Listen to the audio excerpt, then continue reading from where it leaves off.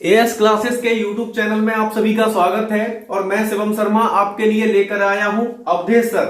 Awadhesh sir तपोभूमि के director और मध्य प्रदेश राजस्व विभाग में पटवारी के पद पर अभी पदस्थ हैं, वो भी भिंड जिले में। तो सर की मेहनत और सर की गाइडलाइंस का आज हम सबको सहयोग मिलेगा। हमारे सभी विद्यार्थियों से निवेदन है कि हमारे चैनल को सब्सक्राइब करें। आज सर की पूरी गाइडलाइंस को हम देखेंगे। ठीक है, कैसे सर ने तैयारी की, बेसिक शिक्षा सर की कहां से हुई, 12th कहां से की, ग्रेजुएशन कहां से की, एमए कहां से किया, आगे सारे जो भी मतलब सर की डिग्री है वो सब देखेंगे हम। कैसे पटवारी की तैयारी की और कैसे आज नौकरी कर रहे हैं, सब कुछ देखेंगे। इनकी सफलता का राज पूरा जानेंगे हम। ठीक है, शुरुआत करते हैं सर के साथ। ठीक है सर, हमें बताइए कि सर 10th पे आते हैं। सबसे पहले दोस्तों हम 10th से शुरुआत करते हैं। 10th सर ने कहां से की, सर बताइए सर 10th सर ने कहां से की, बताओ। पहले तो आपका बहुत बहुत धन्यवाद जो आपने मुझे एएस एकेडमी के दर्शकों से मिलवाया, और एएस एकेडमी के सभी दर्शकों को भी मेरा सादर प्रणाम। 10th के बारे में अगर सर बात करें तो 10th हमने अपने जिले में भिंड का रहने वाला हूं और यहीं पर एक स्कूल है मुन्ना लाल अग्रवाल, वहां से मैंने 10वीं 12वीं कक्षा 6 से लेकर 12वीं तक की पढ़ाई वहीं से की। 10वीं की पढ़ाई मेरी सामान्य विषयों में ही रही, जो 6 विषय रहते हैं। उसके बाद 11वीं में मैंने गणित विषय लिया, तो गणित में गणित, फिजिक्स और केमिस्ट्री ये हमारे प्रमुख विषय रहते हैं, तो इनके साथ मैंने 12th की। अच्छा, और सर 12th कहां से की है आपने? वहीं से, उसी स्कूल से। उसी स्कूल से की है, 12th भी उसी स्कूल से की। उसके बाद हम चलते हैं ग्रेजुएशन पर। सर 12th में कौन कौन से विषय थे आपके? वही फिजिक्स, केमिस्ट्री, बायो से मैथ से 12th की। उसके बाद चलते हैं ग्रेजुएशन पे। ग्रेजुएशन में सर क्या किया है आपने? मैंने इंजीनियरिंग किया है इलेक्ट्रॉनिक्स एंड टेलीकम्युनिकेशन से, जबलपुर इंजीनियरिंग कॉलेज से मैंने 2011 से लेकर 2015 तक हमारी डिग्री चली। इंजीनियरिंग की है सर ने। उसके बाद सर कैसे ख्याल आया कि हमें गवर्नमेंट जॉब की तैयारी करनी? जी, ये ख्याल तो शुरू से ही था। जैसे कि हम जिस जिले में रहते थे तो यहाँ पर शुरू से ही एक माहौल था कि हमको आर्मी में जाना है या आर्म फोर्स में जाना है, तो हमने पहले उसकी भी तैयारी की। वहां पर कहीं ना कहीं दुर्भाग्य रहा, कुछ ना कुछ कारण रहे जिसकी वजह से हम नहीं पहुंच पाए। तो उसके बाद फिर यहाँ पर जो चलन था, अधिकांशतः चलन गवर्नमेंट जॉब का ही है कि गवर्नमेंट जॉब का चलन है यहाँ पूरे भिंड वाले रीजन में। मैं आपको बता दूं, बुंदेलखंड वाले रीजन में गवर्नमेंट जॉब का अत्यधिक चलन है और जरूरी भी है। क्यों जरूरी है गवर्नमेंट जॉब, वो भी बताएंगे आपको। चलिए सर आगे चलते हैं फिर। तो उसके बाद जैसे ही हमारा कॉलेज खत्म हुआ तो कॉलेज के बाद फिर हम यहाँ पर हमने पढ़ाना स्टार्ट कर दिया, क्योंकि मुझे पढ़ाना शुरू से ही पसंद था। तो मैंने 2015 के बाद से ही पढ़ाना शुरू कर दिया। उसके बाद ऑफलाइन कोचिंग स्टार्ट की, फिर ऑनलाइन भी चालू कर दी। उसके बाद ये जो भी एग्जाम आते गए, साथ साथ में बच्चों के साथ में ही देने की इच्छा होती थी कि चलो एग्जाम देके तो देखें कि कैसा एग्जाम का माहौल है। तो उसी दौरान ये पटवारी का एग्जाम हुआ। अब ये एग्जाम निकल भी गया, उसके बाद ज्वाइनिंग भी भिंड में ही मिल गई। तो घर वालों ने बोला तो इसको कर ही लो, होम डिस्ट्रिक्ट भी मिल गई है सर को। और सर सबसे पहले बताइए सर, पहली सफलता आपकी कौन सी थी? पहला आपने एग्जाम कौन सा दिया था सर? सबसे पहला एग्जाम तो हमने 12th के बाद ही दिया था। 12th के बाद जो एनडीए का एग्जाम होता है तो वो मेरा रिटन एग्जाम तो क्लियर हुआ था। रिटन एग्जाम दोस्तों मैं आपको बता दूं, एनडीए का सर का क्वालिफाई है। एनडीए नेशनल डिफेंस का क्वालिफाई है सर का, जो यूपीएससी लेती है। ठीक है, उसके बाद सर उसके बाद फिर वही था कि मतलब आर्मी या फिर इस तरीके के उसमें जाना है, तो आर्मी की दौड़ तो काफी कठिन होती थी। बिल्कुल बिल्कुल, वो तो संभव था नहीं। तो एनडीए के थ्रू भी हमने 2 बार एसएसबी दिया, लेकिन एक भी बार नहीं निकला। लेकिन इसी दौरान एक रैली भर्ती हुई एयरफोर्स की, तो वहां पर हमने एक्स ट्रेड का दिया था। तो वो हमारा पूरा क्लियर हो गया था। लेकिन उस समय हमारी ग्रेजुएशन चल रही थी, तो घर वालों का ऐसा मन नहीं था कि आप पहले ग्रेजुएशन कंप्लीट कर लीजिए, उसके बाद चले जाना। बाद में भी जाने के कुछ वो है, सीडीएस के थ्रू चले जाना, एफकेट के थ्रू चले जाना। तो यही था। फिर वहां से वो ये पहली सफलता मान सकते हैं कि जो एग्जाम क्लियरली पूरी तरीके से निकला। उसके बाद सर का एयरफोर्स में सिलेक्शन हुआ है फाइनल। सर का एयरफोर्स में फाइनल सिलेक्शन हुआ है, तो एयरफोर्स वालों भी देख लो, डिफेंस की तैयारी करने वाले सभी लोग देख लो, सर का एयरफोर्स में भी सिलेक्शन हुआ है। उसके बाद सर तीसरी सफलता कौन सी है आपकी? उसके बाद जो कॉलेज के दौरान ही मुझे थोड़ा रुझान हो गया था, जो एग्जाम होते थे एसएससी के एग्जाम या फिर किसी भी आईबी का एग्जाम, तो ये कुछ एग्जाम मैंने दिए थे कॉलेज के दौरान ही। जैसे एसएससी का 10+2 लेवल का जो होता है CHSL, तो उस समय वो एग्जाम काफी आसान हुआ करता था, कम कट ऑफ भी जाती थी। तो हमने वो भी दिया 2 बार, दोनों बार उसका रिटर्न निकला। लेकिन उसकी आगे की जो प्रोसेस होती थी उसमें हम नहीं बैठे। क्योंकि उसमें अलग अलग प्रोसेस केवल एग्जाम देखने के लिए दिया जाता है। एसएससी की तैयारी करने वाले सभी छात्रों, चाहे वो सीजीएल हो, एलडीसी हो, सीएचएसएल के एग्जाम चल रहे हैं, आप देख लो सर का सीएचएसएल क्वालिफाई है। सर सीएचएसएल के बारे में थोड़ा बताओ, कैसा पेपर होता है और कैसे तैयारी करनी चाहिए लोगों को सीएचएसएल की? उस समय वहां पर 4 विषय रहा करते थे और इस समय भी 4 ही सब्जेक्ट, 4 विषय आज भी है। हाँ, मैथ, रीजनिंग, ठीक, और आपका जीके और इंग्लिश। हाँ, तो तब तो कट ऑफ काफी कम रहता था, 110 गया या 115 गया इतना। आजकल तो कट ऑफ भी काफी बढ़ गया, ऑनलाइन एग्जाम होने लगे। तब ऑफलाइन पेपर हुआ करते थे, गोले भरने पड़ते थे और बस प्रैक्टिस का ही गेम है, क्योंकि वहां पर ऐसा है एग्जाम की अगर पैटर्न फिक्स है तो उसी पैटर्न के सवाल आपके आने। इंग्लिश में भी वही पैटर्न फॉलो होना है, रीजनिंग में भी आपको मालूम है कि एक एक सवाल इस टॉपिक से आने, तो आप वो टॉपिक कवर कर सकते हो एसएससी में। तो अच्छा सर ये बताइए, उसमें 4 विषय होते हैं मैथ, पहले हम मैथ पे चलते हैं। सर मैथ की तैयारी कहाँ से की है आपने, कैसे की है, कैसे पढ़ा है? मैथ के बारे में थोड़ा बताइए आप। मैथ के बारे में अगर देखें तो मेरी स्कूलिंग ही इतनी सही हुई, ये मैं अपना सौभाग्य मानता हूँ कि स्कूल में ही इतने अच्छे शिक्षक मिले जिन्होंने मैथ को बारीकी से पढ़ाया, बेसिक से पढ़ाया। तो वहां से मुझे मैथ यहाँ एक चीज सर का नोट कर लो आप कि मैथ में बेसिक पढ़ना बहुत जरूरी है। पहले मैथ का बेसिक तैयार करो। सर का कहना यह है कि सर का पहले बेसिक तैयार हुआ है स्कूल में से, अब स्कूल में जाने की आवश्यकता नहीं है, पहले बेसिक चीजों को हमको पढ़ना होगा, उसके बाद फिर आगे बढ़ेंगे। ठीक है, हाँ सर आगे फिर बताइए। तो स्कूलिंग अच्छी हो गई थी तो मैथ कहीं पढ़ने की जरूरत ही नहीं पड़ी, क्योंकि 10th लेवल का ही मैथ आता है, अब उसके लिए अलग से कहीं पढ़ने की जरूरत फिर थी नहीं। हाँ, लगी नहीं तो मैंने कभी पढ़ा भी नहीं। बस यही है कि प्रैक्टिस करते रहे, एग्जाम देते रहे और बच्चों को पढ़ाते पढ़ाते भी बहुत सी चीजें लगातार प्रयास करना है, हमें लगातार प्रयास करना है। सफलता एक दिन में नहीं लेकिन एक दिन जरूर मिलती है। देख लो सर को आज, सर की सफलता कोई एक दिन की सफलता नहीं, अटूट मेहनत की है आत्मविश्वास के साथ। हाँ सर, फिर अगला सब्जेक्ट पे चलते हैं हम जीएस पर। जीएस के बारे में सर क्या क्या आता है, कैसे सीएचएसएल में पूछते हैं जीएस, मतलब अपना जो जीएस होता है वो कैसा आता है, कौन कौन से क्वेश्चन आते हैं, ठीक है, और कहां से पढ़े, सबसे बड़ा सोर्स बताइए। देखिए जीएस तो मैंने कभी पढ़ाई इतनी विशेष की नहीं थी, बस मैं करंट अफेयर्स से थोड़ा वाकिफ रहता था उस समय जब मैं कॉलेज में था, और जो भी मंथली मैगजीन्स आती थी उनको कवर करता था, और जो पिछले पेपर आते थे उन मंथली मैगजीन में उनको भी देखता रहता था। तो मुझे पता रहता था कि अगर किसी स्टेट में आज एक एग्जाम हुआ है उसमें 4 क्वेश्चन पूछे तो हो सकता है ये हमारे पेपर में भी पूछे जा सकते हैं, तो वो चीजें ऐसा नहीं है कि छत्तीसगढ़ में, यूपी में, बिहार में जो क्वेश्चन आ रहे हैं वो आपके मतलब के नहीं है। इतिहास बदल नहीं जाएगा, भूगोल बदल नहीं जाएगा, सभी स्टेटों के सारे विषय समान है। तो सभी एग्जाम जो होते हैं अदर दूसरे राज्य में भी, उनसे भी मतलब थोड़ा सा वो मतलब संपर्क बना के रखा करो। ठीक है, सर का कहना यह है कि ऐसा नहीं है कि कोई भी एग्जाम होता है तो आपके मतलब का नहीं। करंट अफेयर्स में जो सारी घटनाएं चल रही हैं उन पर भी हमको ध्यान देना है कि कौन सी घटनाएं चल रही हैं, आईपीएल किसने जीता, आईपीएल से लेके छोटी छोटी सारी घटनाएं करंट की हमको डेली नोट डाउन करके हमको साथ लेकर चलना है उनका। फिर सर आगे तो यही कि हाँ जीएस तो हमने इसी तरीके से पढ़ा, और बाकी चीजों पे कभी ऐसा विशेष अध्ययन नहीं किया। इंग्लिश के लिए जरूर किया, एरर डिटेक्शंस काफी आते थे तो एरर डिटेक्शंस के कुछ रूल देख लिए, जैसे चलते हैं ना 50 रूल 100 रूल, उन सबको याद कर लिया तो उससे पूरी ग्रामर कवर हो जाती है। एक बार आप अगर आप 100 रूल पढ़ लोगे तो वो ग्रामर आपको कहीं ना कहीं दिखती रहेगी। साथ ही साथ में थोड़ा बस फ्लुएंसी होनी चाहिए कि हाँ हम इंग्लिश को बोल पा रहे हैं या फिर समझ पा रहे हैं, तो फिर वहां से पैसेज वगैरह में और भी चीजों में हमको वहां पर कुछ ना कुछ आसानी हो जाती। तो यही वहाँ पे सब्जेक्ट मेरे मैथ थे कि इंग्लिश, मैथ और रीजनिंग, इन तीनों में मिला के ही। सर रीजनिंग के बारे में बताइए, तो बच्चों का ये ज्यादा पूछना होता है कि रीजनिंग के बहुत रीजनिंग तो मुझे रीजनिंग में जैसे पजल्स वगैरह के क्वेश्चन आते हैं, पाई चार्ट के आते हैं, ये बच्चों को ज्यादा परेशान करते हैं। जो बाकी के जो एनालॉजी के क्वेश्चन है और सीरीज वाले क्वेश्चन है ये तो बन जाते हैं बच्चों से, लेकिन जो पजल है ना और अन्य सारी चीजें, रीजनिंग के बारे में थोड़ा सा बच्चों को बताइए। देखिए पजल के लिए आपका भाषा ज्ञान अच्छा होना चाहिए। पजल के लिए भाषा ज्ञान नोट कर लो इसको।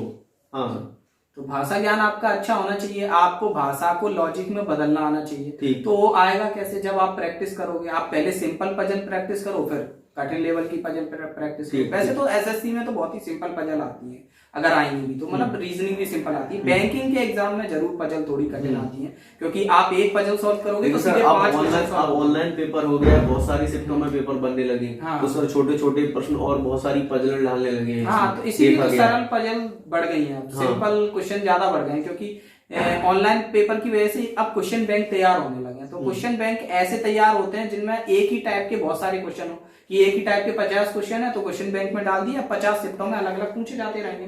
तो ऐसे क्वेश्चन यूनिक क्वेश्चन नहीं हो सकते, वो तो फिर टाइपिकल ही क्वेश्चन होंगे। तो ऐसे क्वेश्चन हम पहले से तैयार कर सकते हैं।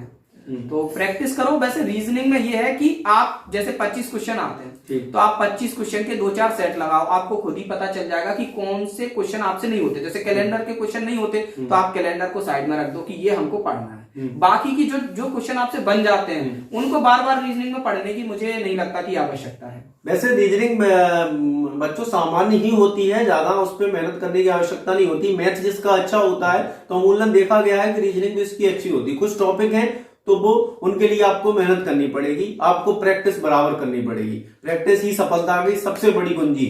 ठीक है सर, अब आगे बढ़ते हैं। सर की चौथी सफलता आप बताइए, फिर नेक्स्ट सफलता कौन सी? इसके बाद CHSL क्वालिफाई करने के बाद सर ने कौन सा एग्जाम दिया, हम पूछते हैं सर से। अब ऐसे तो जब कॉलेज में थे उस समय तो हम कोई भी एग्जाम छोड़ते ही नहीं थे। हम देखते थे अगर कोई एग्जाम है जिसका फॉर्म 100 रुपए 150 रुपए में भर रहा है तो हम उसको भर देते थे। और अगर कहीं पर व्यवस्था बनी कि हाँ पेपर देने जा रहे हैं, सामान्य अकेले भी चले। सर ऐसा मत सोचना कि बहुत हाई फाई परिवार से हैं और बहुत इनके पिताजी या फिर परदादा IAS PCS और विधायक और मंत्री है। बहुत सामान्य परिवार से, सामान्य कंडीशन में जैसे आप और हम सब लोग जिए हैं वैसे ही सर जिए। सर ने भी वो सारी चीजें की हैं जैसे आज। हाँ बिल्कुल सामान्य कंडीशन वाला व्यक्ति ही सरकारी नौकरी ढूंढ रहा है, अदरवाइज सबके धंधे वगैरह हैं, अपने व्यवसाय करेंगे, सरकारी नौकरी तो हम क्या मिलेगा? सब सामान्य वालों को सरकारी नौकरी की तैयारी करनी है। ठीक है, सर का कहना यह है कि सामान्य लोग ही आजकल सरकारी नौकरी देख रहे हैं। सर अब फिर इसके बाद जो है ना अगला उसके बाद कॉलेज में ही मैंने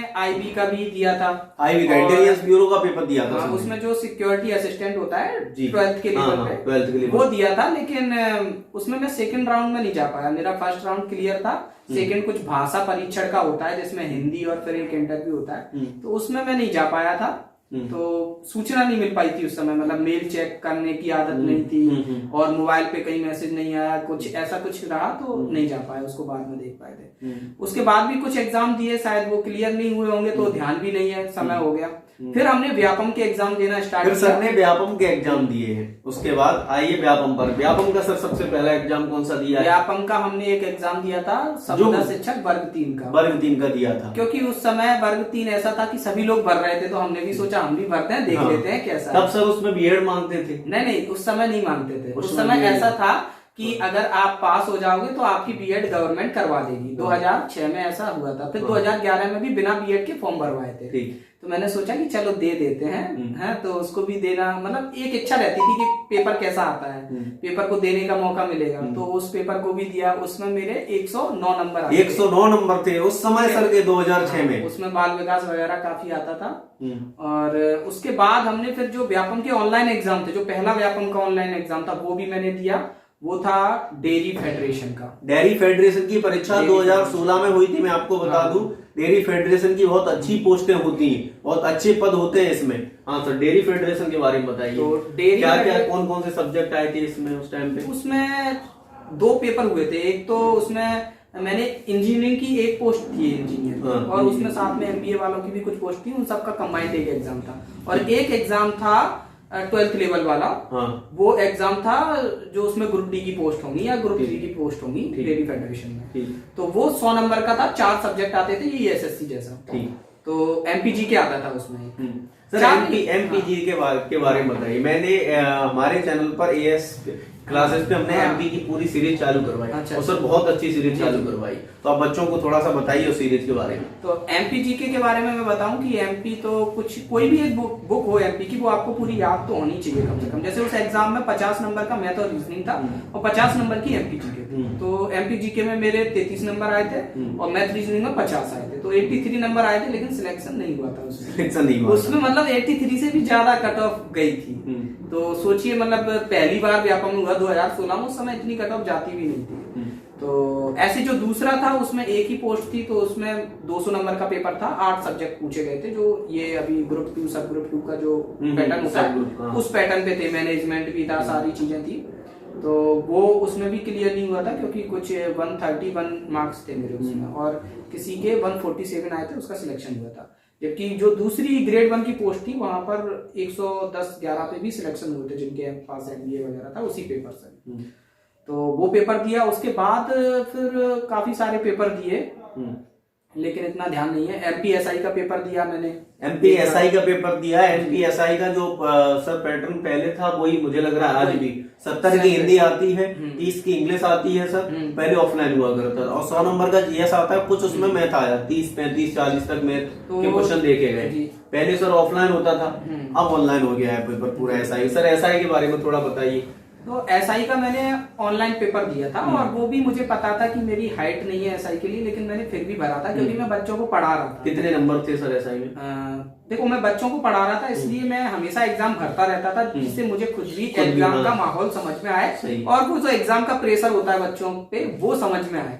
तो मैंने वो भरा था। उस समय मेरे मार्क्स आए थे 167 उस टाइम पे थे, सोच लो दोस्तों। और आज 167 पे पिछली सूबेदार की कट ऑफ गई थी। हाँ नहीं, जिस समय था उस समय काफी मतलब वो अच्छे मार्क्स थे। हाँ, बहुत अच्छे मार्क्स माने जाते हैं। टेक्निकल का भी मैंने दिया था वहाँ पे, जो टेक्निकल होता है जिसमें फिजिक्स, केमिस्ट्री और मैथ आता है, तो उसका भी मैंने दिया था। उसमें मेरे 100 में से 62 थे।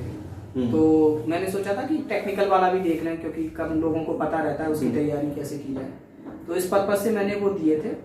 तो उसके बाद फिर मैंने एसआई का नहीं दिया। मैंने कहा समझ में आ रहा है कैसा पेपर होता है।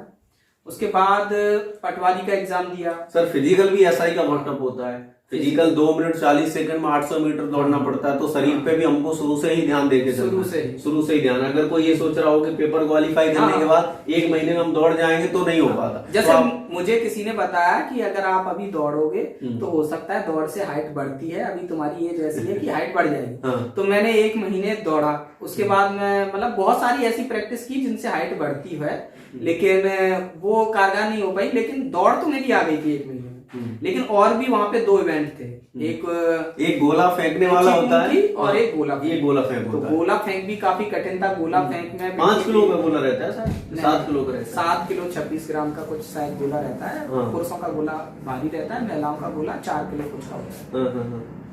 हाँ सर। उसके बाद एसआई के बाद फिर तो एग्जाम आने ही बंद हो गए, बहुत कम एग्जाम। उसके बाद तो एमपी में एकदम सूखा सा पड़ गया है। उसके बाद मैंने एक एग्जाम दिया था, ग्रुप 2 का एग्जाम आया था जिसमें लेबर इंस्पेक्टर, मंडी इंस्पेक्टर, इन सबके एक 2200 पोस्ट आई थी सर, ऐसा कुछ मुझे याद है कि 2200 2000 प्लस पोस्ट आई थी। लेबर इंस्पेक्टर, मंडी इंस्पेक्टर, उसमें सारी पोस्ट सब कुछ मिला के था। तो 17 में आई है सर। 55 पोस्ट लेबर इंस्पेक्टर की थी, बाकी भी कुछ पोस्ट थी। तो वो एग्जाम मैंने दिया था। उसमें मेरे उसका सर लेबर इंस्पेक्टर के बारे में थोड़ा सा बताइए, क्या सिलेबस और कैसे क्या तैयारी? सिलेबस उसमें 8 सब्जेक्ट होते हैं। 8 सब्जेक्ट होते हैं दोस्तों। और अगर 8 सब्जेक्ट हम गिने तो मैथ, उसके बाद एक तो हो गया मैथ आपका, दूसरा कंप्यूटर हो गया, एमपीजी के और इंग्लिश, हिंदी, मैनेजमेंट 6 सब्जेक्ट हो चुके। ये 6 हो गए। हाँ सर। अब रीजनिंग था कि नहीं ये मुझे थोड़ा ध्यान नहीं आ रहा है, बट शायद रीजनिंग और एक और सब्जेक्ट आप भी देख रहे हैं, आपको पता पूरा ध्यान है क्या? रीजनिंग और मैथ मुझे लग रहा है कि रीजनिंग है। तो रीजनिंग हो गया तो 7 हो गया। फिर एक और बचा जो कि हमारा क्या हो जाएगा, वो याद नहीं है। तो एक 6 सब्जेक्ट आप देख लो। मतलब जीके से रिलेटेड हो सकता है, एमपीजी के अलग कर दिया हो और कुछ और, मतलब 8 सब्जेक्ट सामान्य चीजें थी वो बांट दी हैं बस। जो कठिन सब्जेक्ट मुझे लगे उसमें था कंप्यूटर, क्योंकि कंप्यूटर आजकल बहुत ही कठिन और कंप्यूटर से पूछा जाने लगा। आने वाला समय भी सर पूरा मतलब पहले तो ये था कि कंप्यूटर का ऐसे क्वेश्चन पूछते थे जो बुक से समझ में आ जाते थे कि कंप्यूटर के जनक कौन है, ये कौन है, वो कौन है। अब क्या है, वो एमएस ऑफिस में कोई कमांड एक्सेल वगैरह पूछ रहे थे। तो जिसको आता है वो भी अगर भाषा में उस कमांड को नहीं बता पा रहा है तो वो भी फेल है वहाँ पे, ठीक है। और जिसको नहीं आता उसको तो लेबर इंस्पेक्टर, मंडी इंस्पेक्टर तैयारी करने वाले बच्चों को क्या आप बोलेंगे कि किस सब्जेक्ट पर फोकस करना चाहिए उनको, और कौन सी किताबें कहाँ से पढ़े, कैसे पढ़े? देखो बाकी सारे टॉपिक तो वैसे ही हैं। अगर आप व्यापम का एग्जाम दे रहे हो, जैसे लेबर इंस्पेक्टर थोड़ा सा अलग टाइप का एग्जाम हो गया था, क्योंकि वहां पर जो मैथ पूछा गया था वो था बहुत ही सरल, लेकिन वो 11th और 12th के चैप्टर का शुरुआती था। जैसे रेखा युग्म के बारे में बोल दिया उनने लघु गणक के बारे में पूछ दिया, उन्होंने कोई मतलब कोई एक इक्वेशन पूछ दी कि मतलब ये बिंदु इस तरीके से जा रहा है तो इसका बिंदु पद क्या होगा, तो ये सारी चीजें क्या है 11th और 12th का शुरुआती मैथ है। था वो बहुत ही सरल, लेकिन जिनने 11th 12th नहीं पढ़ा है या उन्हें 11th 12th का याद नहीं था, उनको ये लग रहा था कि गणित बहुत कठिन आ गया, गणित बहुत कठिन आ गया। जबकि मुझे तो गणित बहुत ही इजी लगा और बहुत ही सही लगा मुझे वहां पे 11th और 12th के कुछ क्वेश्चन थे। तो हालांकि ऐसा नहीं करना चाहिए था उनको, क्योंकि 10th लेवल का एग्जाम रखना था। उसमें होम साइंस वाले बच्चे भी पेपर दे रहे थे, आर्ट्स वाले भी दे रहे थे, सबके लिए उसमें जगह थी, कंबाइंड एग्जाम था। तो उनसे गलती हुई, बाद में उन्होंने उस गलती को नहीं दोहराया। आगे जितने भी ग्रुप 2 के पेपर हुए कभी इस तरीके का मैथ नहीं आया। ठीक है, तो एक तो मैथ हो गया, मतलब 10th स्टैंडर्ड ही पढ़ना है बच्चों को। हाँ। तो दूसरा हो गया हमारा कंप्यूटर। कंप्यूटर मुझे बहुत कठिन लगा, मेरे 25 में से 9 नंबर आए थे उसमें, उस एग्जाम में 25 में से 9 नंबर थे। हाँ, तो कंप्यूटर हार्ड था बहुत। कंप्यूटर आपको अच्छे से पढ़ना है, बहुत अच्छे से, बिल्कुल डीप पढ़ना है, एक एक चीज को अच्छे से समझ के। उसके बाद मैंने कंप्यूटर का ट्यूशन भी पढ़ा। मैंने अभी तक मतलब कभी ट्यूशन नहीं पढ़ा, किसी भी कोचिंग में नहीं गया, लेकिन कंप्यूटर के लिए मैंने ट्यूशन पढ़ा। हमारे एक मित्र है यहाँ पे फरमान सर, तो वहां से मुझे काफी चीजें समझ में आई। उन्होंने मुझे 3-4 दिन के कुछ लेक्चर थे, उनमें से ही बहुत सी चीजें पटवारी के एग्जाम में मिल गई, या कोई भी एग्जाम देते हैं तो उसमें मिल जाती हैं। तो वहां से मुझे काफी फायदा हुआ, क्योंकि कंप्यूटर मेरा वीक था तो मैं गया उसके लिए फिर ट्यूशन। और एक है मैनेजमेंट सब्जेक्ट। तो मैनेजमेंट के लिए काफी लोग कहते हैं कि सर मैनेजमेंट कहाँ से? मैनेजमेंट सर कॉमर्स का सब्जेक्ट है क्या? कॉमर्स कह सकते हैं, MBA वालों का भी कह सकते हैं, बिजनेस स्टडी का भी कह सकते हैं। लेकिन क्या था कि हमने जो इंजीनियरिंग थी, उस इंजीनियरिंग में एक बिजनेस डेवलपमेंट का हमारा एक वो था पूरा कोर्स। तो पूरा एक सब्जेक्ट था एक उसमें सेमेस्टर में, तो वो पढ़ा था, तो उससे हमें काफी फायदा हुआ। दूसरा मैंने बैलेंस शीट पढ़ ली थी केवल। कॉमर्स वालों के में रहता है बैलेंस शीट, किसी भी कंपनी की बैलेंस शीट कैसे बनाते हैं, ये सब केवल और केवल बैलेंस शीट के बारे में पढ़ लिया था। और बैलेंस शीट के डेली क्वेश्चन आ रहे थे 6-7, 25 में से 6-7 क्वेश्चन बैलेंस शीट अगर आपको अच्छे से आती है तो उसी पर वो कहो न्यूमेरिकल बना दें या फिर कुछ और तरीके का सवाल बना दे। तो बैलेंस शीट पढ़ ली थी, 5-6 क्वेश्चन वहां से हो गए थे। दूसरा कुछ कम्युनिकेशन के क्वेश्चन थे, कम्युनिकेशन भी हमने इंजीनियरिंग में पढ़ रखा था, और कुछ बिजनेस डेवलपमेंट के क्वेश्चन थे, तो वो मुझे इजी लगा, ज्यादा कठिन नहीं लगा। बस MPG के और इन चीजों में थोड़ा वहां पे नंबर कम रह जाते हैं। तो उसमें मेरे 148 नंबर थे, जो बढ़ के 152 हो गए। लेकिन वहां मैं फॉर्म भरने में थोड़ा गलती कर दी थी। मैंने पहले पे लेबर इंस्पेक्टर भरा था और दूसरे पे भरा था मंडी इंस्पेक्टर। बोला था मैंने उनको कि मंडी इंस्पेक्टर भर देना, क्योंकि फॉर्म नहीं भर पा रहे थे उस समय, रात में भरना साइड बिजी चल रही होगी। तो उन्होंने लगा कि मंडी में ही कुछ भरना है, तो उन्होंने ज्यादा ग्रेड पे वाली नौकरी भर दी। 2800 ग्रेड पे वाली एक थी जो डाटा एंट्री ऑपरेटर, तो वो मुझे मिल गई। लेबर इंस्पेक्टर की कट ऑफ 156 थी और मंडी इंस्पेक्टर की 144। लेबर इंस्पेक्टर वाली परीक्षा में डाटा एंट्री ऑपरेटर के रूप में चयन हुआ है सर का। हाँ, उसके बाद तो फिर उसमें नहीं जा पाए, क्योंकि उसके लिए एलिजिबल नहीं थे।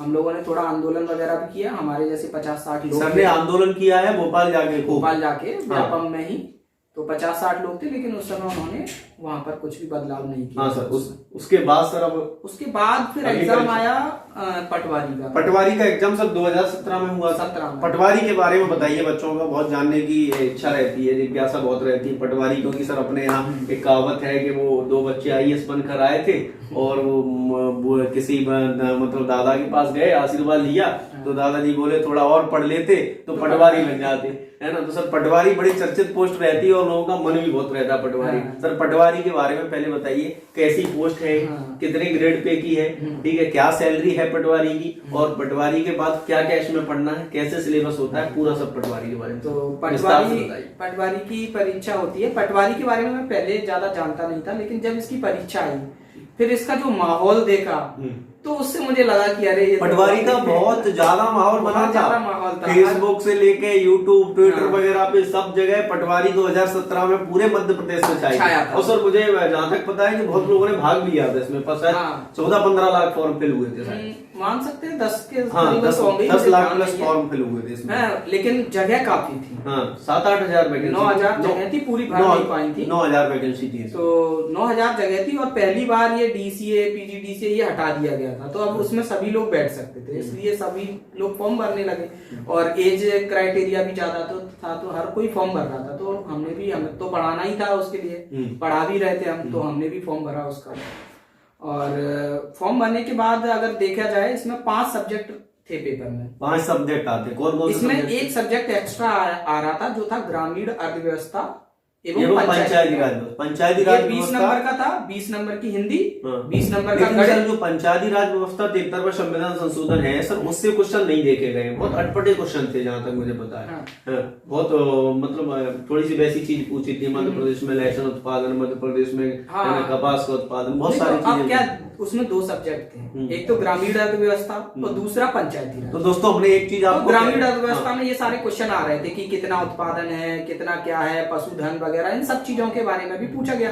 और 5 से 6 क्वेश्चन, एक एवरेज देखो तो 5 नंबर आपके पंचायती राज के थे। पंचायती राज के क्लियर नंबर थे, 5 नंबर। वो एक्ट है, आपने पढ़ लिया पूरा, आपका कहीं से भी बाहर नहीं जाएगा, तो वो 5 नंबर आपके क्लियर है। 15 नंबर ऐसे थे जिनमें थोड़ी मेहनत करनी थी, जिनके लिए आपको 15-20 टॉपिक कवर करने थे, तब आप उसको कर पाते। और उसमें से भी आंकड़े पूछे जा रहे थे, बहुत नजदीक के आंकड़े, जैसे 3 लाख 2,95,000, इस तरीके के आंकड़े पूछे जा रहे थे। मध्य प्रदेश तो आता ही है, ये समझ लो। एमपी के अलग से था, एमपी के अलग से था, और इसमें भी बहुत सारे एमपी के क्वेश्चन देखे गए। मध्य प्रदेश की ग्रामीण जो, इसलिए हमने जो एमपी की सीरीज चालू कराई है उसको आप जरूर देखो। उसमें हमने एमपी के सारे छोटे बड़े क्वेश्चनों को लेकर कराया है, जो अभी तक पूछे गए हैं उनको साक्ष्य तय को, मतलब साक्ष्य सहित उसमें इंक्लूड किया है। तो आप लोग हमारी सीरीज जरूर देखो जाके, अगर एमपी की कोई परीक्षा आप दे रहे हैं। ठीक है सर, आगे आप मतलब पंचायती राज व्यवस्था हो गया, उसके बाद तो पंचायती राज व्यवस्था तो सिंपल था।